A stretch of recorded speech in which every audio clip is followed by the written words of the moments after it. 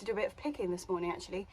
First thing on the list is the last pot of red Duke potatoes that we have growing in the greenhouse. So you know we had 3 pots of single, we just put 1 potato in each because the pots weren't massive, and it's the first time we've ever tried growing potatoes in the greenhouse.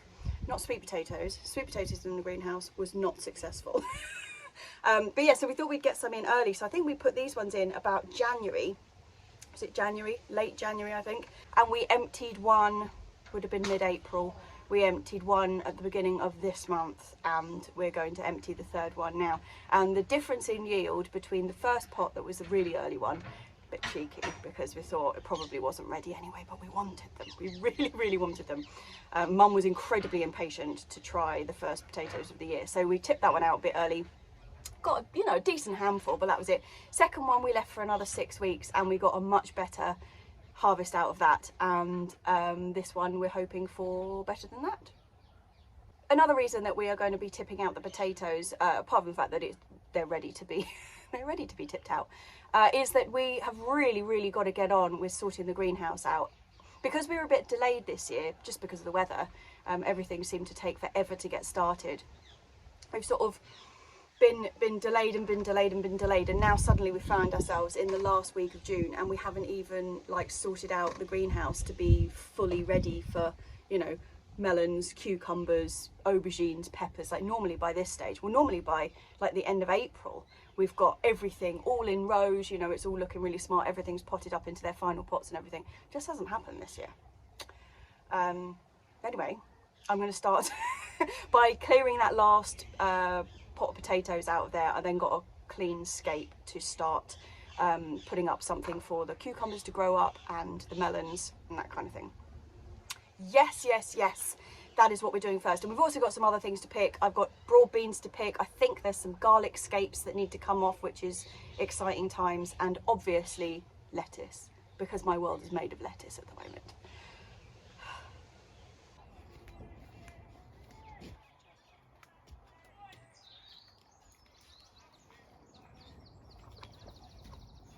Okay. Now, you stand on this side because you'll be in front of the camera. Well, was that your foot? No. Oh, look at that bloody ants. Oh my god, that is mainly just ants' eggs. The girls would go nuts for that. Right.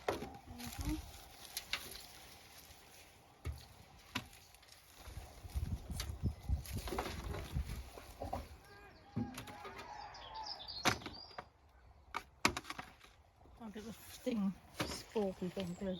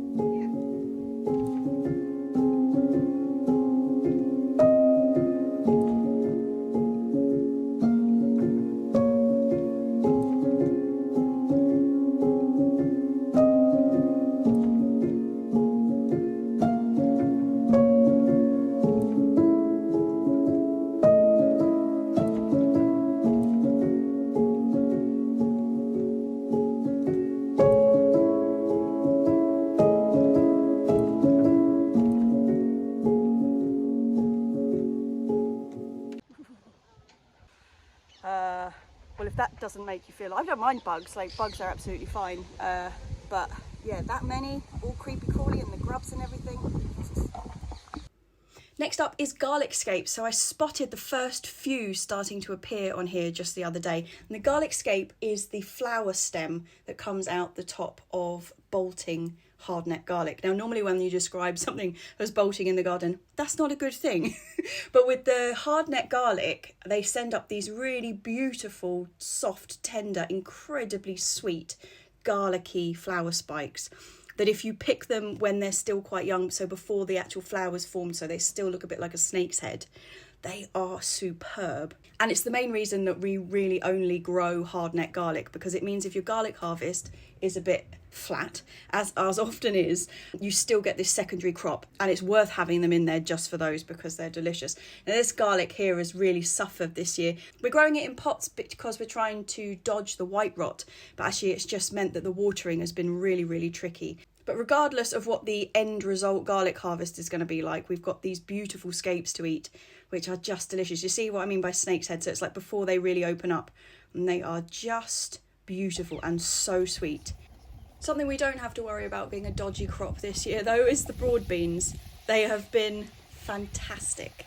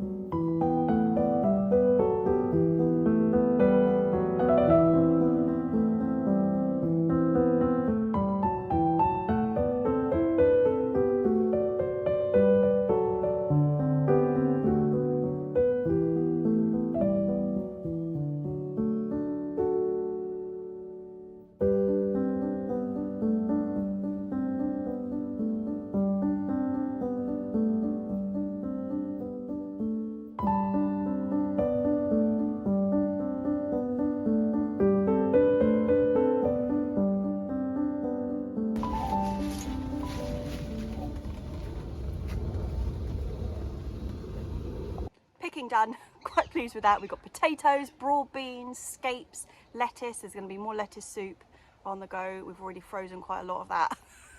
Luckily, the ones that were really successful that we've got the most of, so we've got Webb's Wonderful in there, which is a really fantastic like salad lettuce.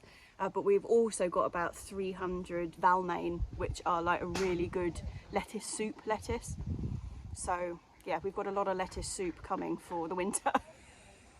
Anyway, that is it for me today, but we will be back up here tomorrow for actually something I'm quite excited about and something I've been meaning to do for absolutely ages and have mentioned it a couple of times. Anyway, there is a gate appearing on the allotment, so yeah, exciting times for tomorrow. I'll see you then.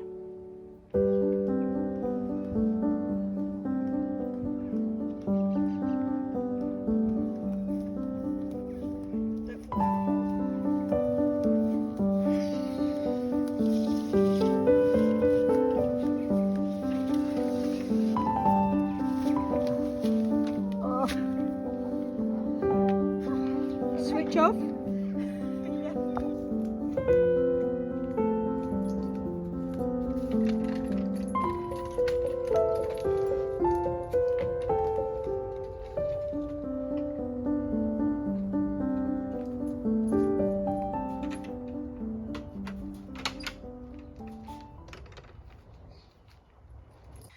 Good morning. It is exciting times today. We're going to put a gate in, an actual gate, not like the string netting that we get out. Chicken's already escaped for the morning. Yeah, so instead of having all that string and faff at the front, we're going to have a real proper gate. And this is our gate. It's a cut down from throwaway back gate, you know, like a proper full-size one. Cut it in half, and Dad has stuck some posts on it. It's actually already, hold on, it's already got the posts attached to it with some board across the back, so that when we put it in place we can set the whole lot in the postcrete and it will already be exactly right to fit between the two posts. That, chaps, is the plan. But it's got to go in this gap here, you know, where we've got all like the netting and bits of stuff we've jammed in there to try and stop the badgers over the last year or so. And the bay tree's gone a bit wild, so I've got to chop that back, chop a bit of the fig back, so we've got a clear working space first. That is stage one.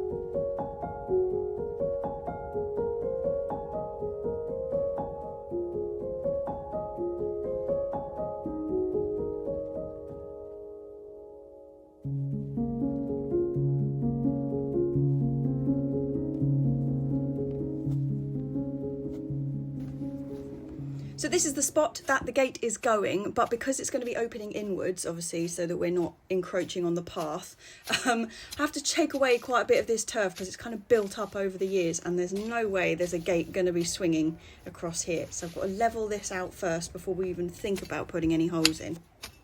And this most fantastic of tools that I'm using is a digging hoe. So Johanna bought me this. I can't remember whether it was for my birthday or for Christmas. I can't remember. I remember what it looked like wrapped up though.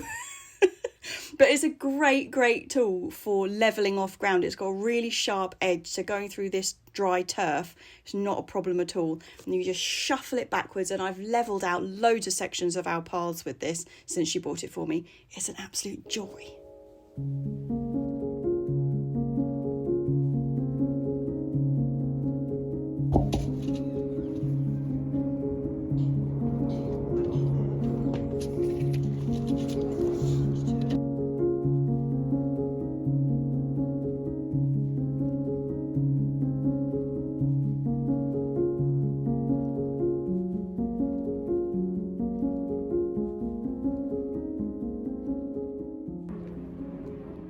And introducing excellent tool number 2 for the afternoon. This, chaps, is a fence post hole digger, which I got for my most recent birthday from my dad. Thank you very much, Dad. I know I get all the girly presents, don't I? But anyway, this is the first time I've used it. So obviously the idea is that the less amount of soil disturbance you can do, so rather than digging a huge hole and then having to backfill around a post, just by making a narrow hole and keeping all of the structure of the rest of the soil around it still really solid, you get a more effective post hole. That's the idea.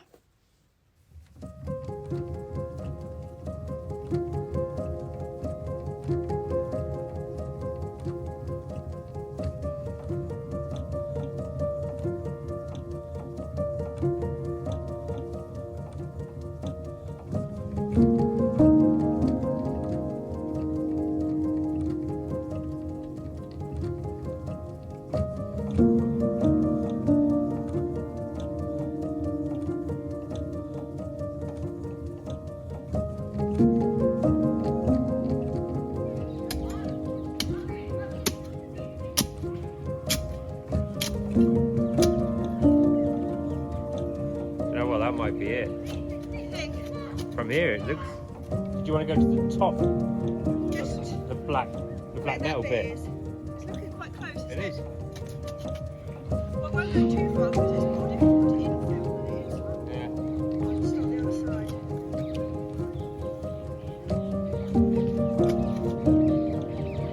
Okay. All right.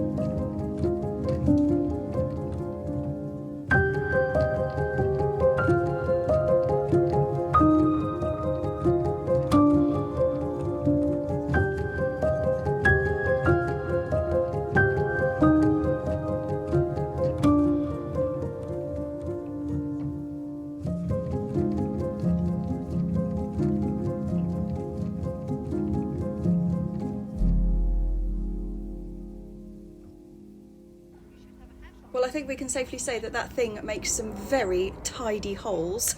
I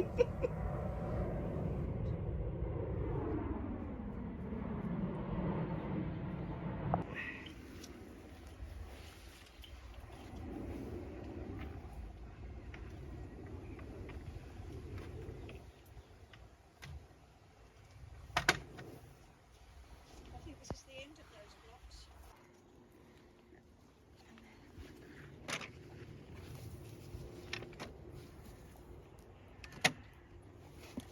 2 more here. Hang on, I just got to check that this is upright. Where's my...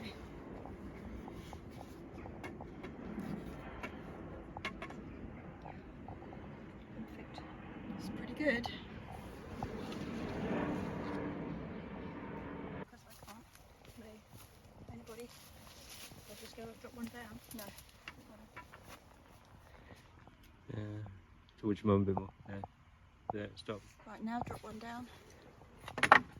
So I have to drop another one down. That's pretty good, actually. Okay. Does it look straight? Yes. Do you have any more blocks? So we're going to use postcrete to set this in the ground. And that might seem a bit like overkill for a little tiny gate like this, and it would be under normal circumstances, except that although the wheelbarrow fits very comfortably through this gate, we've got quite a tight turning circle on the other side, which means that I'm guessing that the near post is going to get got by the wheelbarrow pretty much every time we come through this way. So we are going overkill, but I really don't want the posts to start going all out of shape, and then it makes it more of a hassle to have a gate than not have one. So yeah, better to put the effort in now and hope for no problems later on. That's my theory.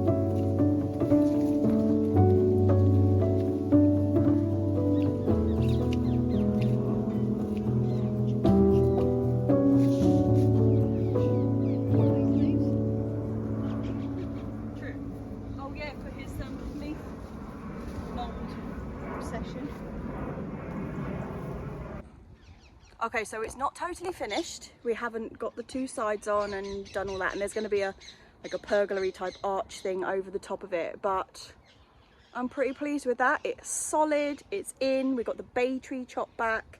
I've just stuck a pallet on the side there for the night. I need to level the ground off a little bit more and get rid of some of that turf that I've just got stacked up here, because that's going to stop the gate opening. But yeah, apart from being a sweaty mess, I'm quite pleased with that. Can't do anything. So that concrete is brilliant stuff, that postcrete, but it goes off. Oh, it's got really windy now. I'm trying to record, of course. It goes off really, really quickly to the point that it's stable and the gate's not going to move, but it takes 24 hours to go off like completely solid. So I'm not going to unscrew, see all those panel things that are at the side, I'm not going to unscrew anything until it's gone completely off. So that will be tomorrow morning. So all in all, not a bad half day's work, I think that.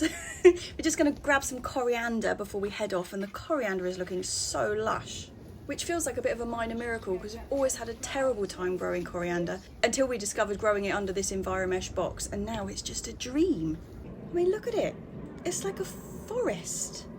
It's all lush and beautiful, and it hasn't gone hard and gnarly like it normally does for me.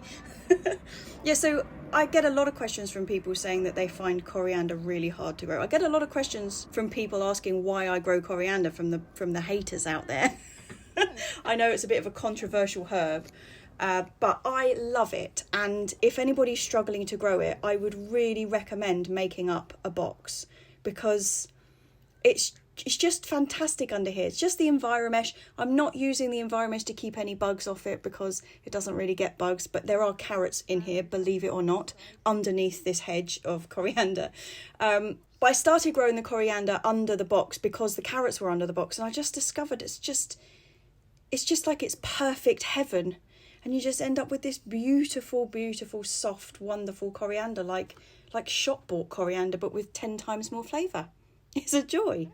It's a joy.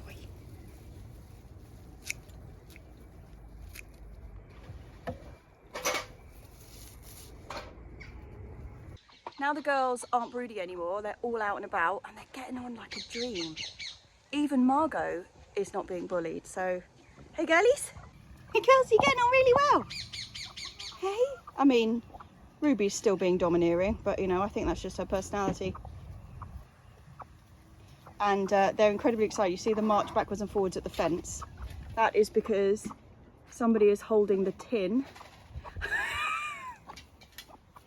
Yes, I know, girls. Eh? I know. We're going to have to get you in training, girls, so that we don't have to go through the palaver in the fruit cage again.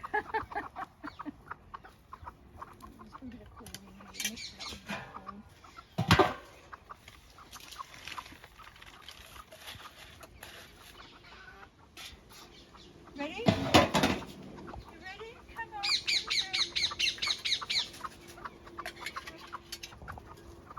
Don't start fighting. Just been saying how good you are.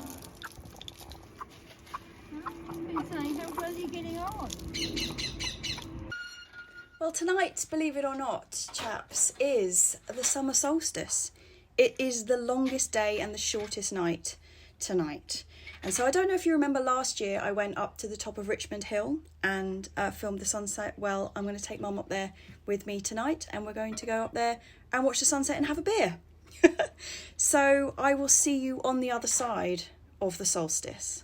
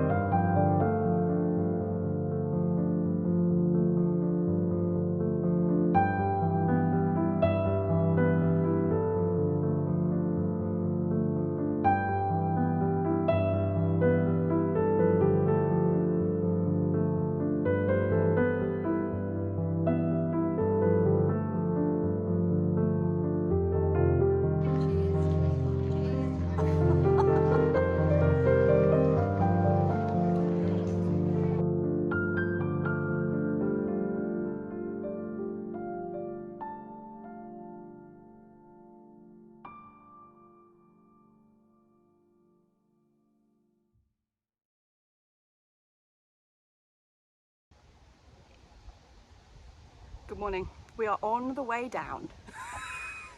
So for the next couple of days we have got, I think it's 16 hours and 38 minutes of daylight, and then it starts declining already. I mean, luckily, it would be really depressing if it all happened at the same time as like the height of summer, but luckily we've got a majority of summer in front of us. But it's blooming hot and it's so windy today. It's like, it's not a refreshing breeze, it's like a hot wind. Anyway, it doesn't make filming very easy, so I'm going to take you into the greenhouse. Okay, well, it may not be windy in here, but it is so damn hot. I've got quite a few things that I need to plant out actually into the polytunnel. Hold on, let me grab them. So I've got the basil. Mum's already nicked a couple to take home, but I've got the red basil, the green basil, and I've got some spring onions. They're not going in the polytunnel, they are going out in the beds, but I'm going to try and get them in today. I might take some of these purple basil home actually, because I've got quite a lot of them. Talking of seedlings and things, you know, last week I sowed, oh God, sorry I'm fainting. You know, last week I sowed pak choi. We'll have a look at them now. Beasts already. Like, this is what, 5 days later. They are, I mean, they're going to be fantastic. And actually, talking of, hang on, I'm standing like over a cucumber plant at the moment. Yeah, but talking of things that are still germinating now and carrying things on in the garden, next week's video is going to be the first video of July. I know, I can't believe it either. But you can still sow a lot of stuff in July, and actually now we've got over the hump of the year, so we've got past the solstice, actually quite a lot of other things open up that you can start sowing. I mean, pak choi is one of them. Obviously I do them a week early, but you know, all of that kind of thing starts coming in. So next week's video, like the first half of it, is going to be really looking at what to sow for July, because July and August is when you start thinking about, so August is when you start thinking about the stuff you're going to sow for over winter and the really, really early stuff for spring. And the beginning of July is where you start thinking about what you're going to fill in with, kind of like the beds like that we've got. You've got garlic in and potatoes and things which are going to be harvested, and the peas harvested fairly soon. Then you're going to be having an empty bed, and so now's sort of the time to start thinking about what you're going to be putting in them for later in the year. So quite a lot to sow, although like April and June are like the big bang months for sowing and planting out. July is a bit of a sneaky one because you really mustn't like stop in July, so I'm going to do a lot of talking about that. But if I don't get out of this greenhouse pronto, I'm going to collapse. Lily is definitely feeling the heat, aren't you, Sauce? Hey, you found some shade, Blossom? You found some shade? It's quite warm, isn't it? Is it quite warm?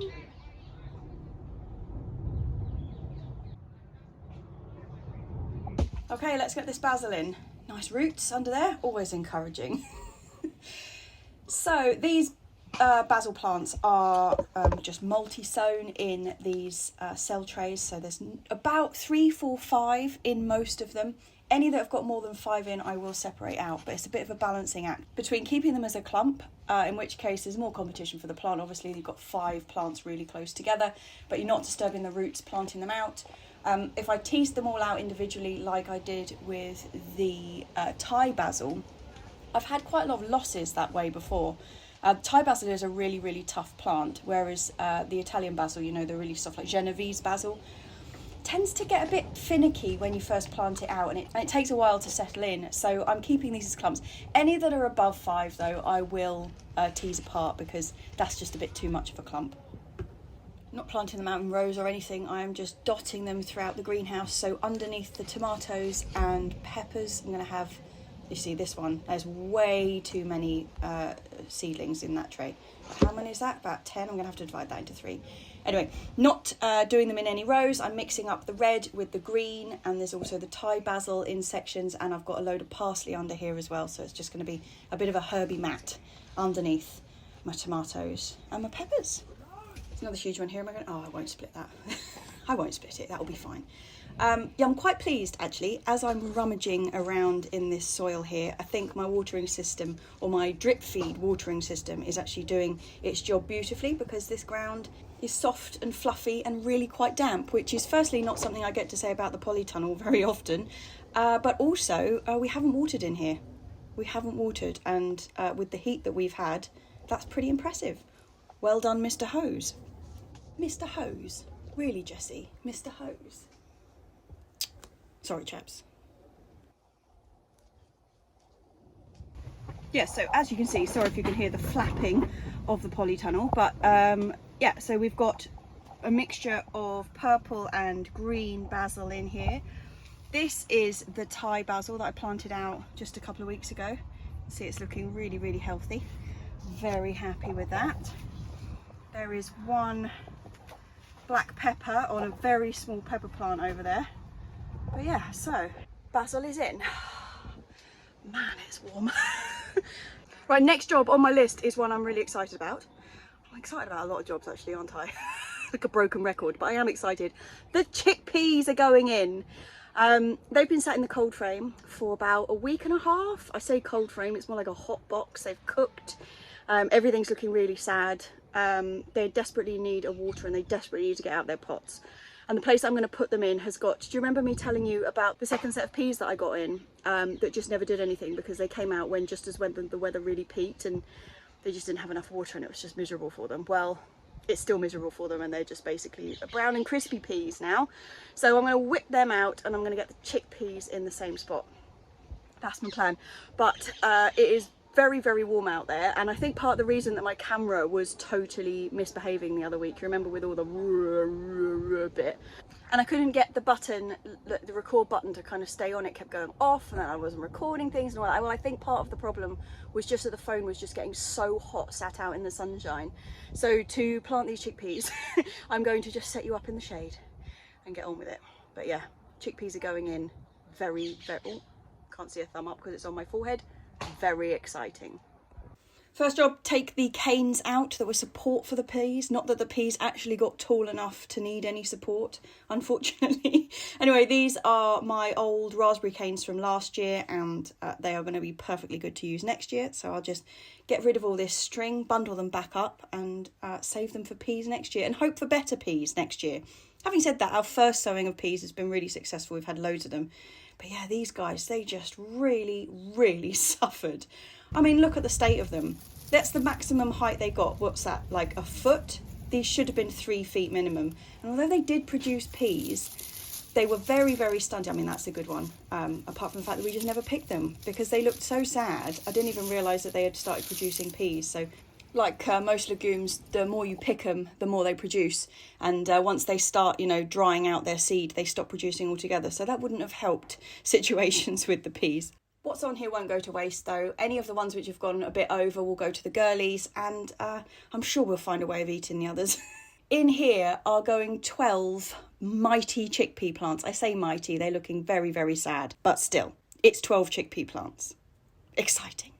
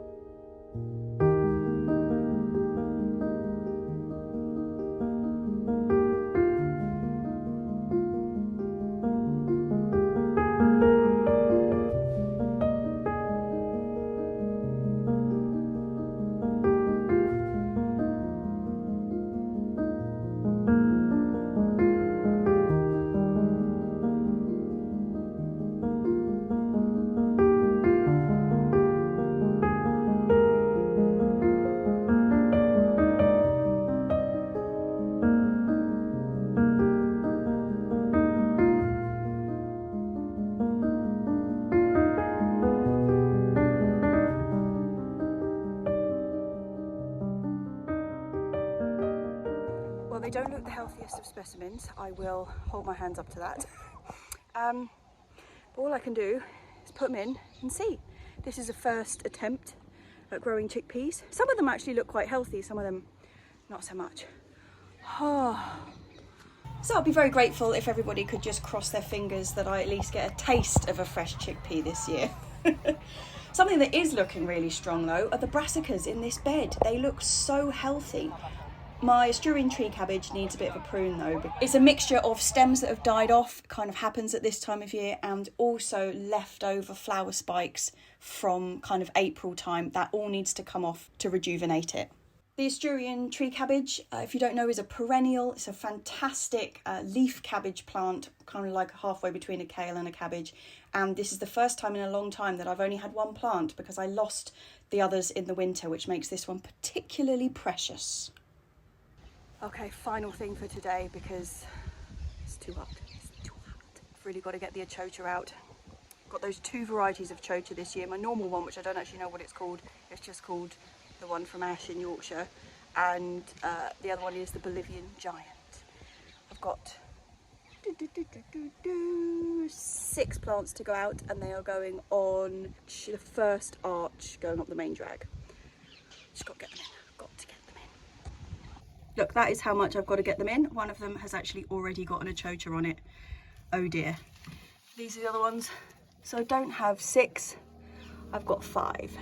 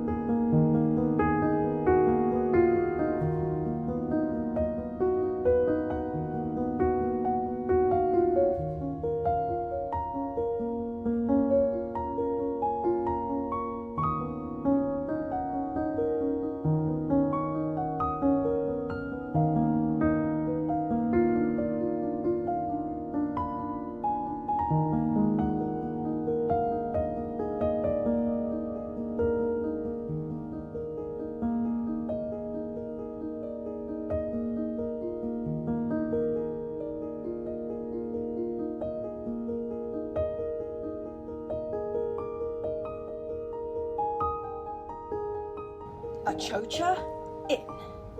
Magic. They're going to grow up the arches just like these beans are. The beans have really taken off, which I'm pretty pleased about. So that's excellent. So they're all going to grow up and over this arch, looking lovely. And underneath we have parsley, curly leaf and flat leaf.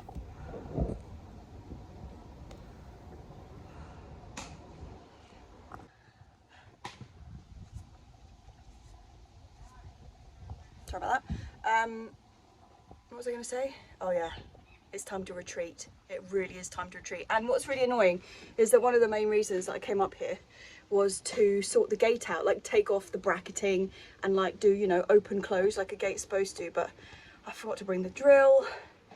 And now if I don't go home soon, I'm going to pass out. Look how red I am. It's not right. It's not right. Too hot. Too hot. Retreat. Retreat. Oh, one more thing. So while I'm in here, you know, last week, was it last week or the week before? I've lost track of everything. But taking the tomato cuttings, so taking out the little extra growths between the leaf and the stem, well, and I was just plonking them straight into the compost, which works. But the other option that you can do is you can just put them straight into a pot of water and, give me a sec.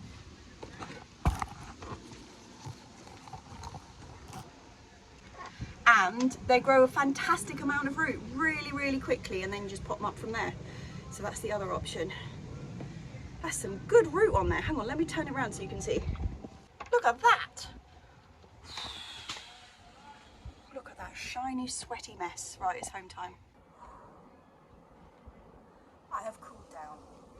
Next week is going to be July, believe it or not. Seems outrageous, but I say that every time we change month.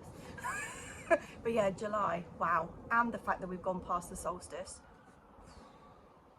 Feels like it was only January the other day. But, like I mentioned earlier, next week's video is going to be a lot about what to sow at this kind of time of year, because this is like the second wave for things to harvest this year. So what we sow, I mean, this is a generalisation obviously, but like things that I'm going to be sowing the next couple of weeks are things which I'll be eating in autumn. Then the things that I'll be sowing in August are things that are then going to be overwintered in the polytunnel or out and about. I'm going to really try and get on that this year, because last year the second half of my summer was really productive, and I want to try and replicate that again this year. So we're going to be talking a lot about that, and then have a bit of a look at what the allotments are looking like, which is dry, I can tell you. But hopefully we've got some rain coming next week. Sorry about the aeroplanes, I'm back home and they're just going over like every 2 minutes at the moment. But the weather forecast is just all over the place. It's like half of them are saying that we've got 3 months of burning desert heat on the horizon, and the other half are saying, well, we've got like 3 months of rain and torrential floods coming. So who knows? But one thing is for sure, I'm going to be making sure all of my water butts are filled up to the absolute brim constantly at the moment, and hoping for the best. I'm also going to remember to take my drill up to the allotment so I can finish off the gate. That's a big one. That's going to be the first thing next week. Actually, no, I'm going to do seed talking first thing next week. Then we're going to get the gate sorted. Yeah, that's order of play. Anyway, chaps, on that note, I'm going to say a huge cheers. Happy solstice. We are in the other half of the year now, and a happy other solstice for everybody on the other hemisphere who are now getting the longer days. It's all marvellous. I will see the Monday clubbers next Monday, and I will see the rest of you next Tuesday or whenever else you're watching the video. Cheers.